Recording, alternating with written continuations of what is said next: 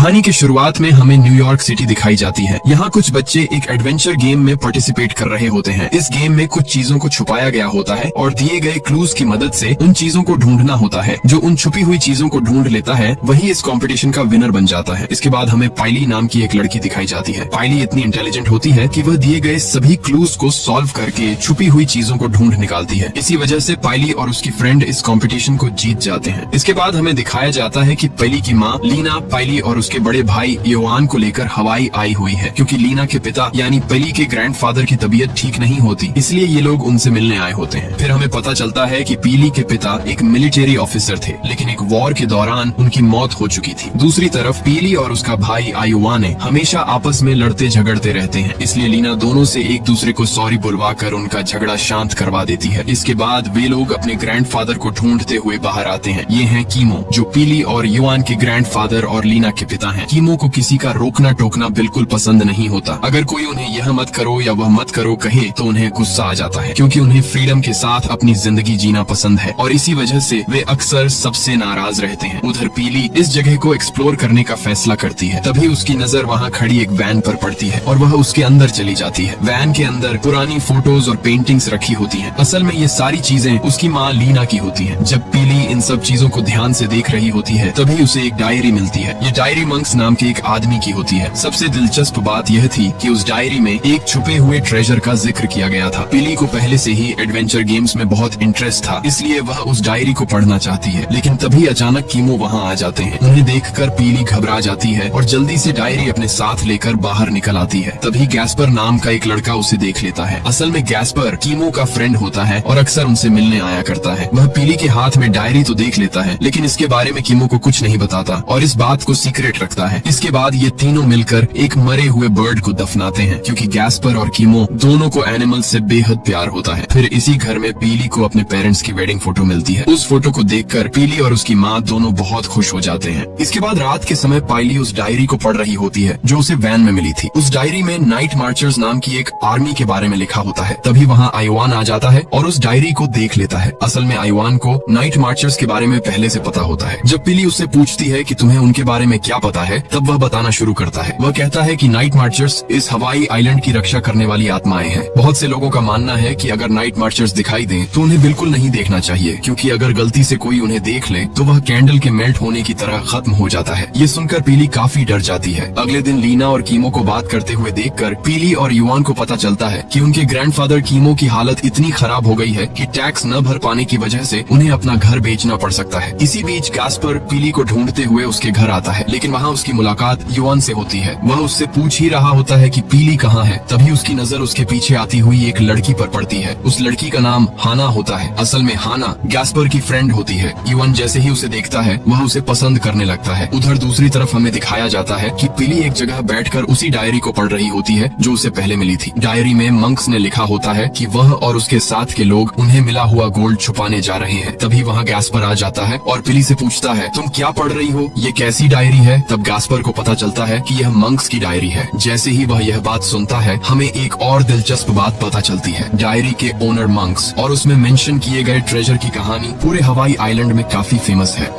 इसमें क्या लिखा है मुझे भी थोड़ा बताओ। ऐसा कहते ही वो भी कहानी सुनाना शुरू कर देती है। वो बताती है कि स्पेन का राजा अपना खजाना छुपाने के लिए कुछ लोगों को भेजता है। उन लोगों में ब्राउन और रॉबिन्स नाम के दो आदमी भी शामिल थे, लेकिन रास्ते में इन दोनों के मन में लालच आ जाता है। ये दोनों मंक के छोटे भाई को अपने साथ मिलाकर कहते हैं, क्यों ना हम स्पेन के राजा को धोखा देकर ये सारा गोल्ड खुद ही रख लें। मंक भी उनकी बात मान जाता है। इसके बाद ये सभी लोग हवाई आइलैंड पहुँचते हैं ताकि इस खजाने को हमेशा के लिए कहीं छुपाया जा सके। पाइली डायरी को यहाँ तक ही पढ़ पाती है, इसलिए गैस्पार भी उसे बस उतनी ही स्टोरी सुनाता है जितनी उसे पता होती है। अब आगे की कहानी सुनो। मंक को किसी ने बहुत बुरी तरह पीटा था। उसकी हालत इतनी खराब हो चुकी थी कि वो समुद्र के किनारे आकर बेहोश होकर गिर जाता है। तभी वहाँ से गुजर रहा एक बुजुर्ग कपल उसे देखता है और उसकी जान बचाने की कोशिश करता है। उसी दौरान मंक अपनी डायरी उस कपल को सौंप देता है। अब जैसे ही ये लोग स्टोरी को आगे बढ़ाने वाले होते हैं तभी वहाँ पाइली के दादाजी कीमो पहुँच जाते हैं। शुरुआत में तो वो गुस्सा हो जाते हैं और डांटते हुए पूछते हैं, तुमने इस डायरी को हाथ क्यों लगाया। लेकिन कुछ ही देर बाद वो शांत हो जाते जाते हैं। पीली को कुछ समझ नहीं आता क्योंकि वो अभी भी एक छोटी लड़की है। तभी कीमो एक ऐसा राज बताते हैं जिसे सुनकर पीली भी हैरान रह जाती है। वो कहते हैं कि यह डायरी और इसके साथ मिला हुआ गोल्ड कॉइन उनके दादा दादी को खुद मंक ने दिया था। यानी जब मंक घायल हालत में समुद्र किनारे पड़ा हुआ था और जिस बुजुर्ग कपल ने उसकी मदद की थी वो कोई और नहीं बल्कि कीमो के अपने दादा दादी थे। इसके बाद कीमो पीली को पूरे आइलैंड की सैर कराने ले जाता है। वो उसे एक बोट में बैठाकर माउंटेन की तरफ ले जाता है। जैसे ही वो सामने दिखाई देने वाले माउंटेन की ओर इशारा करता है, पीली को अचानक एक बड़ी बात समझ आती है। मंक ने अपनी डायरी में इसी माउंटेन का जिक्र किया था। फिर कीमो अपने पास रखा हुआ गोल्ड कॉइन निकालकर उसे दिखाता है। उस कॉइन को देखते ही पीली को एक और अहम क्लू मिल जाता है। अब उसे यकीन हो जाता है कि वही माउंटेन वो जगह है जहाँ सदियों पहले पूरा ट्रेजर छुपाया गया था। पीली फैसला करती है कि उसे उस माउंटेन को ऊपर से जाकर देखना होगा। वो चढ़ाई शुरू कर देती है और कीमो भी उसके पीछे पीछे चल पड़ता है। लेकिन तभी अचानक उसका पैर फिसल जाता है और वो नीचे गिर पड़ता है, जिससे उसे काफी चोट लग जाती है। इधर ये दोनों शॉपिंग करके वापस आ रहे होते हैं। तभी लीना आइवान से कहती है, दादाजी टैक्स नहीं भर पा रहे हैं। हालत ऐसी हो गई है कि उन्हें घर तक बेचना पड़ सकता है, इसलिए मैं एक डिसीजन लेने के बारे में सोच रही हूँ। फिर वो कहती है, न्यूयॉर्क में हमारा जो घर है उसे बेच देते हैं और हम भी यहीं आकर सेटल हो जाते हैं। लेकिन इवान इस बात के लिए बिल्कुल भी तैयार नहीं होता। वो कहता है, मेरी पूरी एजुकेशन वहीं चल रही है, ऐसे अचानक यहाँ आकर सेटल होना कैसे पॉसिबल है। उसी समय पेली अपनी माँ को कॉल करके बताती है कि दादाजी गिर गए हैं, उन्हें हॉस्पिटल में एडमिट करना पड़ेगा। इसके बाद हमें दिखाया जाता है कि कीमो को हॉस्पिटल लाकर एडमिट कर दिया गया है। लेकिन लीना पेली को डांटते हुए पूछती है, तुम दादाजी को वहाँ क्यों लेकर गई थी। इस वजह से जब पेली घर वापस आती है और गस्पार से बात कर रही होती है, तभी उसके दिमाग में एक आइडिया आता है। वो तुरंत जाकर युवान से कहती है, अगर हम मंक की डायरी में लिखे हुए रॉबिन्सन और ब्राउन के ट्रेजर को ढूंढ लें तो हमारी सारी परेशानियां खत्म हो जाएंगी, हम दादाजी का टैक्स भी भर पाएंगे। लेकिन आयोवाने को इस बात पर बिल्कुल भी भरोसा नहीं होता। वो कहता है, ये सब झूठी कहानियां हैं, ट्रेजर जैसा कुछ नहीं होता, तुम जाकर अपना काम करो। लेकिन पेली अब फैसला कर चुकी होती है, चाहे कुछ भी हो जाए उसे उस ट्रेजर को ढूंढ कर ही रहना है। तभी गास्पर भी उसका साथ देते हुए कहता है, कल हम दोनों साथ में चलेंगे और उस ट्रेजर को ढूंढेंगे। अगली सुबह जैसे ही दिन निकलता है, पेली चुपके से युवान का फोन उठा लेती है। उसके बाद दोनों कीमो की कार लेकर उस माउंटेन की तरफ निकल पड़ते हैं जहाँ पेली ने कल ट्रेजर छुपाए जाने का सुराग पाया था। कुछ देर ट्रैवल करने के बाद आखिरकार ये लोग उस जगह पहुँच जाते हैं जहाँ वो माउंटेन मौजूद था। वैसे इस जगह का नजारा देखने लायक होता है। चारों तरफ इतनी खूबसूरती होती है कि कोई भी उसे देखकर मंत्रमुग्ध हो जाए। इधर लीना घर के टेलीफोन पर कॉल करके आयुआन से पूछती है, मैं कब से तुम्हारे फोन पर कॉल कर रही हूँ, लेकिन तुम पिक क्यों नहीं कर रहे। तभी आयुआन को समझ आ जाता है कि पेली उसका फोन लेकर ट्रेजर की तलाश में निकल चुकी है, लेकिन वो ये बात अपनी माँ को नहीं बताता। उधर पेली और गास्पर माउंटेन वाले इलाके में आगे बढ़ रहे होते हैं। तभी गास्पर का एक फ्रेंड वहाँ पहुँच जाता है। दरअसल वो पूरी जगह उसी के फ्रेंड की होती है, इसलिए वो उन्हें वहाँ घूमने के लिए एक व्हीकल भी दे देता है। अब उसी व्हीकल की मदद से ये दोनों माउंटेन के और करीब पहुँचने लगते हैं। इधर आयुआन जब अपने फोन की लोकेशन ट्रैक करता है, तब उसे पता चल जाता है कि आखिर पेली इस वक्त कहाँ पर है। तब तक ये दोनों भी उस माउंटेन के पास पहुँच चुके होते हैं। वहाँ पहुँचते ही इन्हें रॉबिन्सन और ब्राउन द्वारा बनाए गए निशान दिखाई देते हैं। इन निशानों को देखकर इन्हें यकीन हो जाता है कि वो सही जगह पर आए हैं। इसके बाद दोनों डायरी में लिखे हुए रास्ते के अनुसार माउंटेन के अंदर जाने की तैयारी करने लगते हैं। लेकिन अंदर जाने से पहले वो अपने पास मौजूद गैर जरूरी सामान वहीं छोड़ देते हैं और सिर्फ जरूरी चीजें लेकर माउंटेन के अंदर एंटर करते हैं। इधर आयुआने हाना को साथ लेकर पेली और गास्पर को ढूंढने निकल चुका होता है। उसी दौरान पेली और गास्पर माउंटेन के अंदर काफी आगे तक पहुंच चुके होते हैं। तभी उनके सामने एक बड़ा सा होल दिखाई देता है। अब उसके अंदर क्या हो सकता है ये देखने के लिए जैसे ही दोनों आगे बढ़ते हैं, अचानक वहाँ मौजूद चट्टानें टूट कर नीचे गिरने लगती हैं और दोनों सीधे उस होल के अंदर जा गिरते हैं। नीचे पहुंचकर जब वो आसपास देखते हैं तो वहाँ एक स्केलेटन भी पड़ा हुआ दिखाई देता है। उसी समय आयुआन और हाना भी माउंटेन वाली जगह पर पहुंच जाते हैं। वहाँ बिखरा हुआ सामान देखकर उन्हें तुरंत समझ आ जाता है कि पेली और गस्पार इसी माउंटेन के अंदर गए हैं, इसीलिए युवान भी अंदर जाने की कोशिश करता है। लेकिन हाना उसे रोकते हुए कहती है, हमें इस केव के अंदर नहीं जाना चाहिए। फिर वो बताती है कि हवाई के लोगों की एक मान्यता है कि इस तरह के माउंटेन्स बेहद पवित्र होते हैं। इसी वजह से मृत लोगों को सम्मान देने के लिए उनकी डेड बॉडीज को ऐसे माउंटेन्स और केव्स के अंदर रखा जाता है। लेकिन इस समय उनके पास कोई और विकल्प नहीं होता। अगर उन्हें पेली और गास्पर को ढूंढना है तो केव के अंदर जाना ही पड़ेगा। उधर नीचे गिरे हुए पेली और गास्पर को उस स्केलेटन के पास एक गोल्ड रिंग मिलती है। गोल्ड रिंग को देखते ही दोनों समझ जाते हैं कि ट्रेजर यहीं कहीं आसपास छुपा हुआ है। उसी समय पेली और गस्पार को ढूंढते हुए युवान और हाना भी केव के अंदर पहुंच जाते हैं और जोर जोर से उन्हें आवाज लगाने लगते हैं। उनकी आवाज सुनकर पेली और गस्पार भी जवाब देते हैं, हम यहाँ हैं। इसके बाद जब वो उन्हें मिली हुई गोल्ड रिंग दिखाते हैं तो आयुआने और हाना को भी यकीन हो जाता है कि इस जगह पर सच में कोई ट्रेजर मौजूद है। उसी समय हमें पता चलता है कि पेली युवाने का फोन अपने साथ लेकर आई थी, लेकिन अब वो पूरी तरह टूट चुका है। यानी अब बाहर किसी से कांटेक्ट करना भी पॉसिबल नहीं है। अब आयुआने और हाना पेली और गास्पार को ऊपर निकालने की कोशिश करते हैं, लेकिन तभी अचानक ऊपर की चट्टानें फिर से टूटने लगती हैं और देखते ही देखते युवाने और हाना भी उसी होल के अंदर गिर जाते हैं। अब चारों लोग उस रहस्यमयी केव के अंदर फंस चुके होते हैं। डायरी के अनुसार ट्रेजर इसी केव के आसपास कहीं छुपा हुआ है, इसलिए वो सोचते हैं कि अगर ट्रेजर मिल जाए तो शायद बाहर निकलने का रास्ता भी मिल सकता है। यही वजह है कि अब सबसे पहले चारों लोग उस ट्रेजर को ढूंढने का फैसला करते हैं। इसी डायरी में किसी न किसी मैकेनिज्म की ड्राइंग भी बनी हुई थी। अब डायरी के मुताबिक सबसे पहले इन्हें मौत के जबड़ों से बचकर आगे बढ़ना था। इसके बाद ये सभी उस खोपड़ी जैसी दिखने वाली केव के अंदर जाने की तैयारी करने लगते हैं। उधर लीना देखती है कि उसके पिता अब पूरी तरह रिकवर हो चुके हैं और सबके साथ हंसते खेलते बातें कर रहे हैं, लेकिन जैसे ही लीना उनके पास आती है उनका व्यवहार अचानक बदल जाता है। वे उससे ठीक से बात तक नहीं करते और गुस्से में उससे बात करने लगते हैं। यह देखकर लीना का दिल टूट जाता है और वह दुखी होकर वहाँ से बाहर चली जाती है। इधर केव के अंदर ये चारों अभी भी रेंगते हुए आगे बढ़ रहे होते हैं। कुछ देर बाद सबसे पहले पीली और हाना बाहर निकलने में कामयाब हो जाते हैं। तभी उनकी नजर वहाँ मौजूद एक विशाल स्पाइडर पर पड़ती है। उसे देखकर गैस्पर कहता है कि यह पॉइजनस नहीं लगती, लेकिन तभी उसकी नजर एक दूसरी स्पाइडर पर पड़ती है जो बेहद पॉइजनस होती है और वहाँ आ पहुंची होती है। उसे देखते ही युवन बुरी तरह घबरा जाता है और तेजी से बाहर निकलने की कोशिश करता है, लेकिन उसकी इस जल्दबाजी की वजह से केव के अंदर की चट्टानें टूटकर गिरने लगती हैं। मगर सबसे बड़ी प्रॉब्लम तो अभी बाकी थी। गैस्पर का बैग उसी केव के अंदर फंस चुका था और सबसे बुरी बात यह थी कि पीली ने मंक की डायरी भी उसी बैग में रख दी थी। अब डायरी उनके हाथ से निकल चुकी थी और उन्हें यह भी नहीं पता था कि बाहर निकलने का रास्ता कैसे ढूंढा जाए। यह सब देखकर युवन का गुस्सा फूट पड़ता है। वह पीली को जमकर डांटते हुए कहता है कि यह सब तुम्हारी वजह से हुआ है। अगर हम आज यहाँ फंसे हुए हैं तो इसकी जिम्मेदार भी तुम ही हो। तभी हाना बीच में आकर उसे समझाती है। वह कहती है कि वे अभी बच्चे हैं, उनसे गलतियाँ हो सकती हैं, उन्हें हर चीज की समझ नहीं होती। फिर तुम उसे इतनी बुरी तरह क्यों डांट रहे हो? उधर लीना बाहर बैठी रो रही होती है। तभी कीमो का एक फ्रेंड उसके पास आता है और उसे समझाने की कोशिश करता है। वह उसे दिलासा देते हुए कहता है कि कीमो तुमसे बहुत प्यार करता है, लेकिन उसे अपनी फीलिंग्स जाहिर करना नहीं आता, इसलिए तुम ज्यादा मत सोचो, यकीन मानो सब कुछ ठीक हो जाएगा। इधर ये चारों केव से बाहर निकलने का रास्ता ढूंढ रहे होते हैं। तभी युवन पीली के पास आता है और उससे माफी मांगते हुए कहता है, मुझे तुम पर गुस्सा नहीं करना चाहिए था, प्लीज मुझे माफ कर दो। इसके बाद दोनों बातें करते हुए हंसने लगते हैं और फिर से एक हो जाते हैं। उधर लीना जब अपने पिता से मिलने आती है तो वे भावुक होकर रोने लगते हैं। वे कहते हैं, तुम्हारी वाइफ के गुजर जाने के बाद तुम मुझे अकेला छोड़कर न्यूयॉर्क चले गए थे। उसी बात का गुस्सा और दुख मेरे दिल में था, इसलिए मैंने तुम्हारे साथ ऐसा व्यवहार किया, मुझे माफ कर दो। ये सुनकर दोनों के बीच की सारी नाराजगी और गलतफहमियां दूर हो जाती हैं और वे भी एक हो जाते हैं। इसके बाद जब ये चारों आगे बढ़ते हैं तो एक पहाड़ जैसी जगह पर पहुंचते हैं। वहां पहुंचकर उन्हें पता चलता है कि आगे जाने के लिए उन्हें लावा पार करना होगा। देखने में ये जगह बेहद डरावनी और खतरनाक लग रही होती है, लेकिन उनके पास कोई दूसरा रास्ता भी नहीं होता। अगर उन्हें यहाँ से बाहर निकलना है तो किसी न किसी तरह इसे पार करना ही पड़ेगा। वे जैसे ही ब्रिज को छूते हैं, ब्रिज अचानक टूटकर पूरे का पूरा लावा में गिर जाता है। यह देखकर सभी घबरा जाते हैं। अब वे सोचने लगते हैं कि क्या यहाँ से बाहर निकलने का कोई और रास्ता है। उसी दौरान उनकी नजर रॉबिन्सन और ब्राउन के साथ आए हुए चोरों की डेड बॉडीज पर पड़ती है। वे सभी अलग अलग जगहों पर पड़े होते हैं, लेकिन आखिर उनकी मौत कैसे हुई ये बात किसी की समझ में नहीं आती। तभी उन्हें पीली और गैस्पर की आवाज सुनाई देती है। जब वे वहाँ पहुँचकर देखते हैं तो दोनों लावा पार करके दूसरी तरफ पहुँच चुके होते हैं। दरअसल वहाँ पास में ही एक छोटा सा रास्ता मौजूद होता है। हालांकि उस रास्ते पर चलने में युवन और हाना को बहुत डर लग रहा होता है, लेकिन उनके पास कोई दूसरा विकल्प भी नहीं होता। वे धीरे धीरे आगे बढ़ने लगते हैं। तभी रास्ते के बीच में पहुँचते ही हाना बुरी तरह घबरा जाती है। उसे शांत करने के लिए युवन एक सॉन्ग गाना शुरू कर देता है ताकि उसका माइंड डिस्ट्रैक्ट हो जाए। फिर धीरे धीरे सभी लोग उसके साथ सॉन्ग गाने लगते हैं। इसी तरह गाते गाते युवन और हाना उस खतरनाक रास्ते को पार करके दूसरी तरफ पहुँच जाते हैं। दूसरी तरफ पहुँचते ही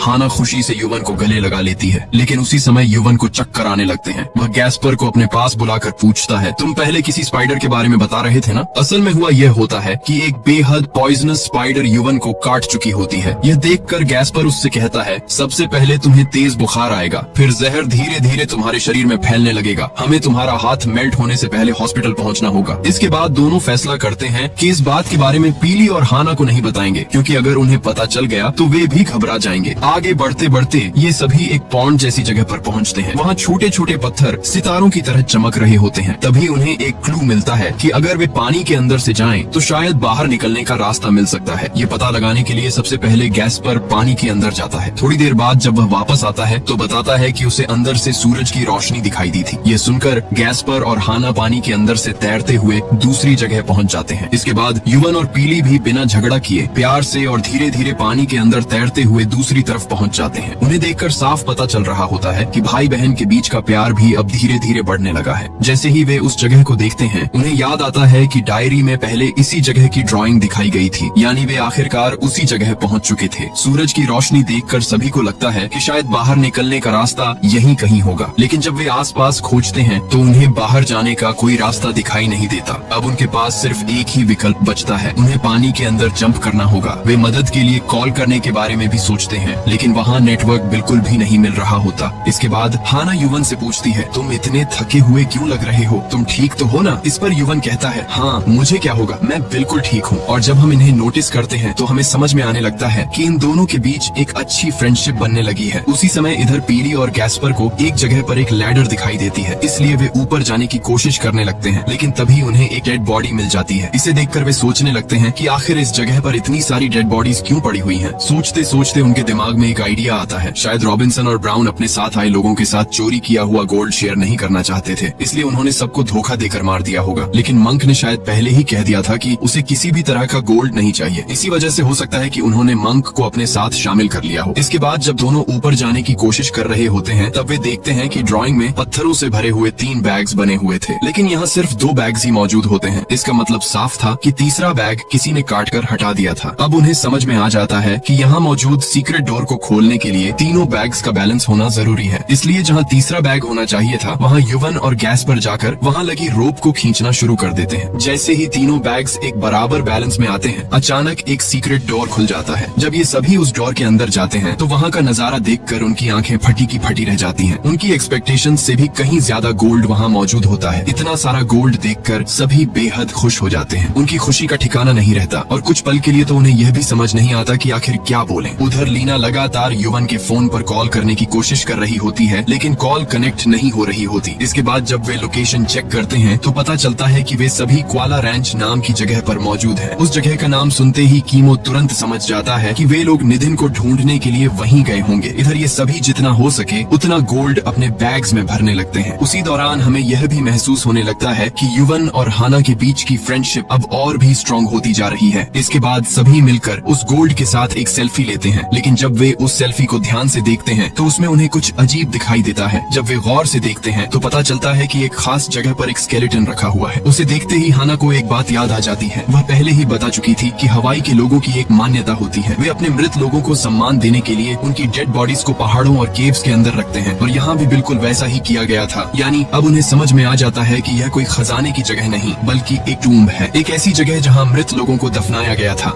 हाना सभी से कहती है, इस जगह पर मौजूद हर एक चीज यहाँ रहने वाली पवित्र आत्माओं की है, हम यहाँ से कुछ भी लेकर नहीं जा सकते। ये कहते हुए वह अपने पास रखा सारा गोल्ड वहीं वापस रख देती है। उसकी बात सुनकर धीरे धीरे पीली को भी सब कुछ समझ में आने लगता है। असल में रॉबिन्सन, ब्राउन और उनकी टीम को यह पता ही नहीं था कि यह जगह एक टूम्ब है। वे लालच में यहाँ तक आ गए थे और फिर उन्हें यहाँ मौजूद आत्माओं का सामना करना पड़ा। इतना ही नहीं, कीमो के दादा को भी यह ट्रेजर मिल चुका था, लेकिन उन्हें पता था कि यह जगह एक टूम्ब है और यहाँ से कुछ भी लेकर नहीं जाना चाहिए। इसी वजह से उन्होंने इस ट्रेजर के बारे में कभी किसी को नहीं बताया। इसके बाद हमें उस बात का भी जवाब मिल जाता है जो हमने पहले देखी थी। 3 पत्थर वाले बैग्स में से एक बैग को किसी ने काट दिया था, और वह बैग किसी और ने नहीं बल्कि खुद कीमो ने काटा था, क्योंकि वह नहीं चाहता था कि कोई भी इस ट्रेजर तक पहुंच सके। ये बात समझ आने के बाद पीली भी अपने पास रखा सारा गोल्ड वहीं छोड़ देती है। उसके साथ गैस पर भी अपना सारा गोल्ड वापस रख देता है, लेकिन युवन अब भी अपनी बात पर अड़ा हुआ होता है। वह अपने पास रखा गोल्ड वापस रखने के लिए बिल्कुल तैयार नहीं होता। वह कहता है, मैं इन आत्माओं पर विश्वास नहीं करता। उधर कीमो लीना से कहता है, हमें बच्चों को बचाना होगा। वे उस पहाड़ पर ट्रेजर की तलाश में गए हैं, लेकिन उस जगह पर पवित्र आत्माएं मौजूद हैं। तभी अचानक एक बेहद डरावनी आवाज गूंजने लगती है और देखते ही देखते नीले रंग की आग जल उठती है। पूरा केव जोर जोर से कांपने लगता है। यह सब देखकर चारों बुरी तरह डर जाते हैं और फैसला करते हैं कि उन्हें जितनी जल्दी हो सके यहाँ से बाहर निकलना होगा। वे सभी वाटरफॉल की तरफ भागते हैं, लेकिन तभी पीली को अचानक कुछ याद आता है। वह वापस केव के अंदर जाती है और पत्थर वाले बैग को काट कर उस मिस्ट्री डोर को फिर से बंद कर देती है, क्योंकि वह नहीं चाहती थी कि यह ट्रेजर दोबारा कभी किसी के हाथ लगे। इसके बाद हाना सबको चेतावनी देते हुए कहती है, हमें संकेत मिल रहे हैं कि पवित्र आत्माएं हमारी तरफ आ रही हैं। चाहे कुछ भी हो जाए, कोई भी उनकी तरफ मत देखना। अगर हमने उन्हें देख लिया तो हम मर जाएंगे। यह सुनकर सभी सावधान हो जाते हैं। सबसे पहले गैस्पर और हाना पेड़ की जड़ों को पकड़कर नीचे उतरते हैं। उसके बाद पीली और युवन भी नीचे आने लगते हैं, लेकिन युवन की तबीयत पहले से ही खराब होती है। इसी वजह से वह अचानक बेहोश होकर पानी में गिर जाता जाता है। यह देखकर गैस्पर तुरंत पीली को किनारे की तरफ भेज देता है। उधर डूब रहे युवन को बचाने के लिए हाना बिना समय गंवाए पानी में कूद जाती है और उसे पकड़कर बाहर ले आती है। जब सभी देखते हैं कि युवन अभी भी जिंदा है तो मानो उनमें फिर से जान आ जाती है। इसी दौरान पीली और हाना को भी पता चल जाता है कि युवन को एक पॉइजनस स्पाइडर ने काट लिया था। तभी अचानक फिर से एक भयानक आवाज सुनाई देने लगती है। इसका मतलब साफ था, पहाड़ पर मौजूद पवित्र आत्माएं अब उनके करीब पहुंच रही थी। ये सोचकर चारों अपनी जान बचाने के लिए वहाँ से भागने लगते हैं। भागते भागते शाम हो जाती है। उधर कीमो भी लगातार भगवान से प्रार्थना कर रहा होता है। वह हाथ जोड़कर कहता है, भगवान मेरे बच्चों की रक्षा करना, उन्हें कुछ भी मत होने देना। उसी समय उधर जंगल में लीना भी बच्चों को ढूंढते हुए वहाँ पहुँच जाती है, लेकिन तब तक वे सभी पवित्र आत्माएं भी वहाँ आ चुकी होती हैं। यह देखकर सभी समझ जाते हैं कि अगर उन्हें अपनी जान बचानी है तो तुरंत कहीं छिपना होगा। इसीलिए वे वहाँ मौजूद एक कैबिन के अंदर जाकर खुद को लॉक कर लेते हैं। तभी पीली को समझ में आ जाता है कि आखिर वे पवित्र आत्माएं उनके पीछे क्यों पड़ी हुई हैं। असल में युवन अपने बैग में गोल्ड भर कर ले आया था, इसलिए पीली वह गोल्ड लेकर कैबिन से थोड़ी दूर फेंक देती है। उसी समय सभी पवित्र आत्माएं कैबिन के चारों तरफ आ पहुंचती हैं। फिर जैसे ही वे अंदर आने लगती हैं, सभी लोग अपनी आंखें बंद करके बैठ जाते हैं, क्योंकि उन्हें पहले ही चेतावनी दी गई थी कि अगर उन्होंने पवित्र आत्माओं को देख लिया तो वे मर जाएंगे। तभी एक आत्मा आकर उनके सामने खड़ी हो जाती है, लेकिन लीना अनजाने में उसका चेहरा देख लेती है और जैसे ही वह उसे देखती है उसे समझ में आ जाता है कि वह कोई और नहीं बल्कि उसका पति है जो युद्ध में मारा गया था। हाँ, युवन और पीली के पिता भी एक पवित्र आत्मा बनकर उसी जगह पर मौजूद थे। अपने परिवार को देखकर उनके पिता की आत्मा बहुत खुश हो जाती है। वहीं युवन और पीली भी अपने पिता को देखकर बेहद भावुक और खुश हो जाते हैं। लीना की खुशी का तो कोई ठिकाना ही नहीं रहता। वह इतनी भावुक हो जाती है कि उसे समझ ही नहीं आता कि क्या बोले। इसके बाद उनके पिता की आत्मा आखिरी बार सभी को अलविदा कहती है और वहाँ से जाने लगती है। साथ ही बाकी पवित्र आत्माएं भी युवन द्वारा लाया गया गोल्ड अपने साथ लेकर चली जाती है। पीली का मन करता है कि वह एक बार फिर अपने पिता को देखे। वह उनकी तरफ देखती है, लेकिन कुछ ही पलों बाद वे समुद्र की ओर जाते हुए धीरे धीरे गायब हो जाते हैं। इसके बाद कीमो सभी से कहता है, तुम लोग सिर्फ इसलिए जिंदा हो क्योंकि वह पवित्र आत्मा तुम्हारे पिता थे। अगर उनकी जगह कोई और आत्मा होती और तुम उसे देख लेते तो तुम सब मर चुके होते। उधर युवन और हाना भी अब एक दूसरे को पसंद करने लगे होते हैं। इसके बाद कीमो पूरी कहानी विस्तार से बताना शुरू करता है। वह बताता है कि रॉबिन्सन और ब्राउन ने गोल्ड के लालच में अपने साथ आए सभी लोगों को मार डाला था और फिर वे मंक को भी मारने वाले थे, लेकिन उससे पहले ही रॉबिन्सन और ब्राउन के बीच गोल्ड को लेकर झगड़ा शुरू हो गया। दोनों का लालच इतना बढ़ चुका था कि वे आपस में ही लड़ने लगे। लड़ते लड़ते उन्होंने वहाँ मौजूद पवित्र आत्माओं के स्केलेटन्स को गिरा दिया और जैसे ही ऐसा हुआ पवित्र आत्माएं वहाँ आ पहुँची, लेकिन मंक किसी तरह